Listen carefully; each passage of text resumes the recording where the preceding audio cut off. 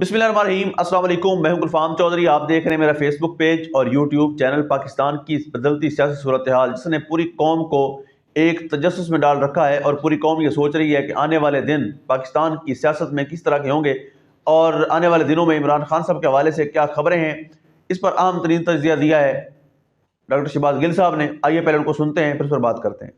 ये जो मालूमात है जब आपको देंगे तो आप दंग रह जाएंगे। इसकी एक वजह यह भी है आज इस खबर को कवर करने की कि कल 27 दिसंबर जो कि बेनज़ीर भुट्टो की बरसी थी, उनको 27 दिसंबर 2007 को कत्ल किया गया था और उसके साथ साथ कल ही डीजी आईएसपीआर साहब ने एक प्रेस कॉन्फ्रेंस की थी। उससे भी कुछ ना कुछ ममासलत है, ताल्लुक है इस कत्ल का। उसके अलावा हम कोशिश करेंगे कि आपके सामने और भी कुछ इंपॉर्टेंट खबरें हैं वो भी रखें और डीजी आईएसपीआर की कल की प्रेस कॉन्फ्रेंस के ऊपर कुछ तजिया भी रखें।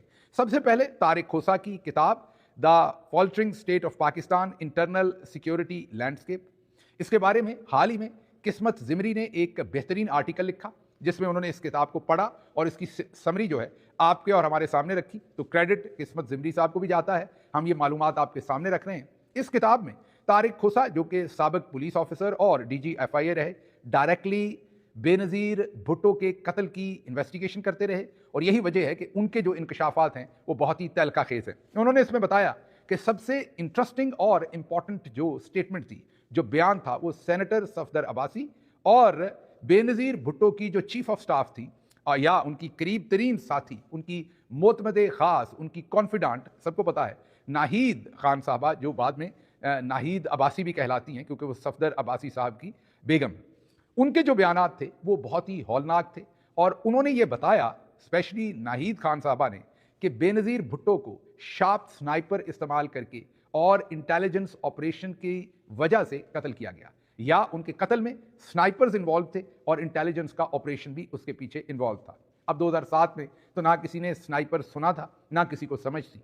अब डी चौक में जो कुछ हुआ और जो कुछ आपने अनीस सत्ती और बहुत सारे दूसरे शहीदों के साथ देखा, अनीस सत्ती के तो वालिद पास बैठे हुए थे जब स्नाइपर ने उनको शूट किया, और अब लोगों को पता है कि स्नाइपर क्या होते हैं, कौन उन्हें इस्तेमाल करता है, किस मकसद के लिए इस्तेमाल करता है और किस तरीके से लोगों को कत्ल किया जा सकता है। तो जो इनकी स्टेटमेंट थी वो बहुत ही इंपॉर्टेंट थी, जिसमें उन्होंने खोल के इशारा जो है वो उस वक्त की इस्टेब्लिशमेंट की तरफ कर दिया था। फिर उसके बाद कुछ आपको इन्फॉर्मेशन ये दे देते हैं कि जब उनका कत्ल भी हुआ तो उसके बाद भी फौरी तौर पर वहां पर जो जाए वकुआ थी उसको धो दिया गया था। तमाम सबूत, जिस तरीके से डी चौक में तमाम सबूत गायब किए गए हैं, बिल्कुल इसी तरीके से बेनज़ीर भुट्टो की जो कत्ल की, जहां पर उनकी शहादत हुई थी, जहां पर कत्ल किया गया था, उस इलाके को, उस वाक़े की जगह को, उस जाए वकुआ को फौरन धो दिया गया था और तमाम जो शवाहिद थे उनको मिटा दिया गया था, बिल्कुल जिस तरीके से डी चौक में किया गया। उसके बाद आपको याद होगा कि यूएन का एक कमीशन आया, चिली के एक रहने वाले उसको हेड कर रहे थे। उन्होंने अपने खुफिया खत जो कि उन्होंने वज़ीर आज़म पाकिस्तान को लिखा और उसके अलावा उन्होंने जो तारिक खोसा साहब तक इन्फॉर्मेशन पहुंची, उसमें तारिक खोसा बताते हैं कि जो चिली के रहने वाले जो सरबराह थे उस यूएन कमीशन के, जो बेनज़ीर भुट्टो के कत्ल को इन्वेस्टिगेट कर रहा था, उन्होंने लिखा कि किसी हुकूमत का ना दिल है ना कोई हुकूमत करना चाहेगी। बेनज़ीर भुट्टो के कत्ल को कोई भी इन्वेस्टिगेट ना करना चाहता है, ना आने वाले वक्त में करना चाहेगा। यही उन्होंने देखा। यहाँ पर ये इंपॉर्टेंट बात है कि जब वो पाकिस्तान में इन्वेस्टिगेशन कर रहे थे तो 2008 से लेकर 2013 के दरमियान में पीपल्स पार्टी की हुकूमत थी। फिर इन्होंने ये कहा कि जितनी भी सहूलतकारी करने वाले तमाम के तमाम लोग थे या जो लोग इसमें इन्वॉल्व थे, उनको एक एक करके कत्ल कर दिया गया।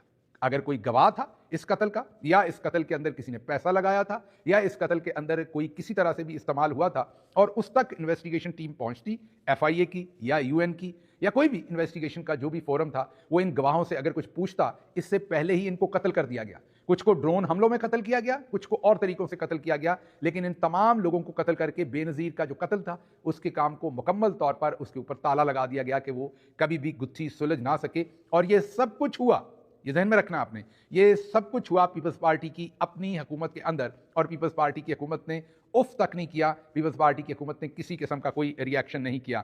उन्होंने ये बताया कि पीएमएलएन, ये तारिक खोसा कहते हैं अपनी किताब में कि पीएमएलएन और पीपल्स पार्टी के पास तमाम रिसोर्सेज थे, क्योंकि चार्टर्ड ऑफ डेमोक्रेसी के बाद जो बेनज़ीर भुट्टो थी वो मरियम नवाज़ की फुप्पो ठहरी थी। मरियम नवाज़ उन्हें फुप्पो कहती थी, नवाज़ शरीफ उन्हें बहन कहना शुरू हो गए थे।